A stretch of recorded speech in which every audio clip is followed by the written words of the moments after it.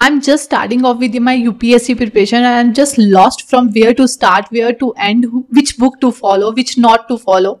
If that's someone like you, then this is the perfect place to be, guys. Hello guys, my name is Avinash. I welcome you to my YouTube channel, and today we are going to start off with the pointer or the topic that how we should start our UPSC journey. If you are someone who is just beginner, then how you must proceed toward this UPSC journey, from where you start, what you have to read and what you have not to read. So let's get started off with today's topic. So let's get started. So we had already covered about UPSC syllabus. So we will directly start off with from where we should start. So guys, we should start from basics. There is no substitute, because अगर आप घर भी बना रहे हो तो पहले उसकी नींव स्ट्रांग होना जरूरी है. अदरवाइज ऊपर आप कितना भी अच्छा आलीशान घर बना लो, कितनी अच्छी उस पर इंटीरियर करवा लो, कुछ भी कर लो, but at the day end उसमें कोई बेनिफिट आपको नहीं होने वाला है, because you have to be very much strong from the basics. अगर बेसिक्स स्ट्रांग नहीं होंगे, फाउंडेशन स्ट्रांग नहीं होगी, तो आप डेफिनेटली आगे वो जो घर बनाओगे, थोड़ा सा भी अर्थक्वेक आएगा और वो एकदम से ढह जाएगा. और इसलिए it's important that you must have very good foundation, right? So you must start from NCERTs, and NCERTs का कोई substitute नहीं है. You must start from NCERTs, and that too from class 6th NCERT. अब economics का class 6 का NCERT नहीं है, वो क्लास 9 से स्टार्ट होता है, आई डू नो. अदरवाइज आप जितना भी NCERTs है पॉलिटी वगैरह का, तो you must start from class 6th NCERT itself. So it's important to just follow the NCERTs. NCERTs are key. Without NCERT आपको बेसिक्स क्लियर नहीं होगा. मैं मानती हूँ वो छोटी क्लास की बुक्स आपने पढ़ी होंगी, पर जब आपने वो बुक्स पढ़ी थी तब आप खुद उस क्लास में थे, आपका माइंडसेट इतना अच्छा नहीं था, मतलब अच्छा इन द सेंस इतना डिवेलप नहीं था. You are developed person right now. So it's important to just revisit them. और प्लीज एक चीज ध्यान रखें, मैंने यहाँ स्पेसिफिकली लिखा है read class 6th NCERT, but not like class 6th.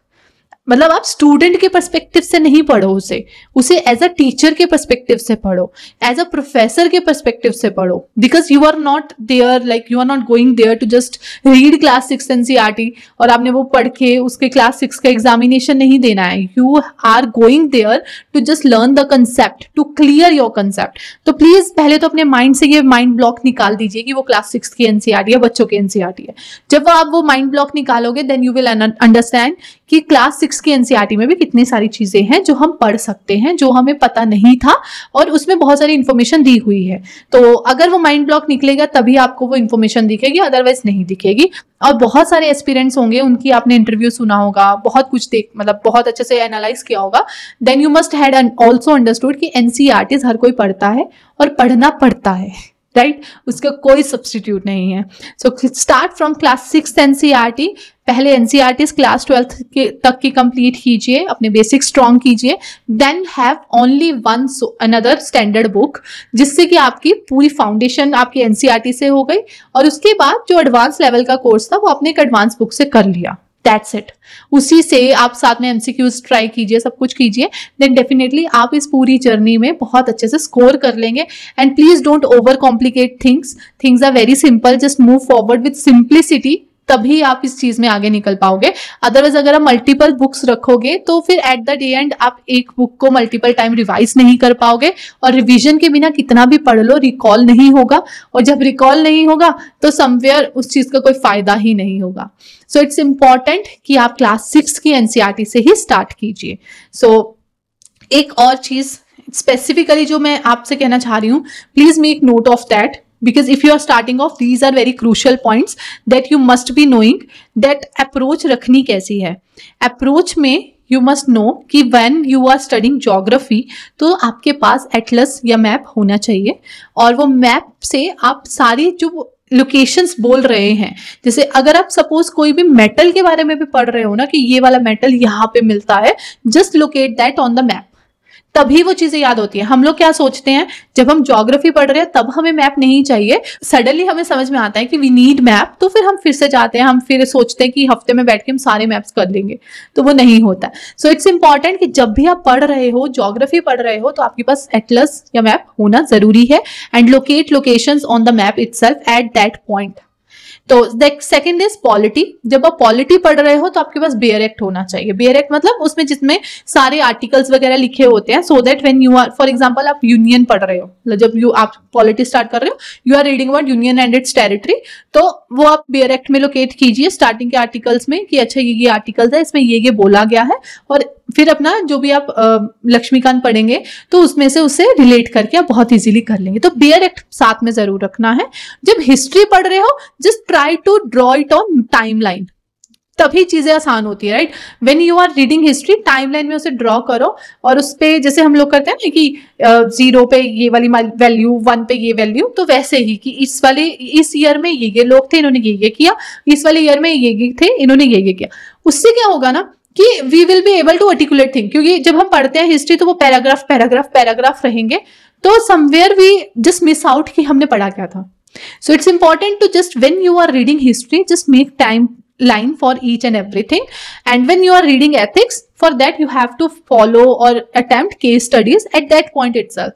धीरे धीरे, जैसे आप अगर एथिक्स पढ़ रहे हो, you had read about 1 to 3 topics, along with that just try 2 to 3 case studies at that point. तो आपको वो हैबिट में रहता है केस स्टडीज वाला चीज भी। और डेफिनेटली जब इकोनॉमिक्स की बात आएंगी, then definitely you work on practical implementation, because economics पढ़ना इंपॉर्टेंट इतना नहीं है जितना उसका इंप्लीमेंटेशन। और मैं बार बार कहती हूँ, जिस जॉब के लिए आप प्रिपरेशन कर रहे हो, this job is not for someone who will be just following orders, but for someone who will be making orders. And if you want to make orders, you have to know how to implement things. अगर आपको economics की ABC समझ नहीं आती, you do know inflation क्या होता है, उसकी डेफिनेशन रट ली, सब कुछ हो गया, बट प्रैक्टिकल इंप्लीमेंटेशन में you are not able to understand inflation कैसे हो रही है, WPI से क्या हो रहा है, CPI से क्या हो रहा है, तो वहां पे प्रॉब्लम है, राइट। तो वो प्रॉब्लम नहीं होना चाहिए। जब इकोनॉमिक्स पढ़ रहे हो, कोई भी सब्जेक्ट का, मतलब इकोनॉमिक्स का कोई भी पॉइंटर पढ़ रहे हो, कोई भी उसका टॉपिक पढ़ रहे हो, जस्ट ट्राई टू इम्प्लीमेंट, और इम्प्लीमेंटेशन से वो चीजें समझने की कोशिश करना कि अच्छा अगर ये बोल रहे हैं WPI से ये होता है तो कैसे होता है, इसमें कैसे क्या होता है, क्यों हो रहा है।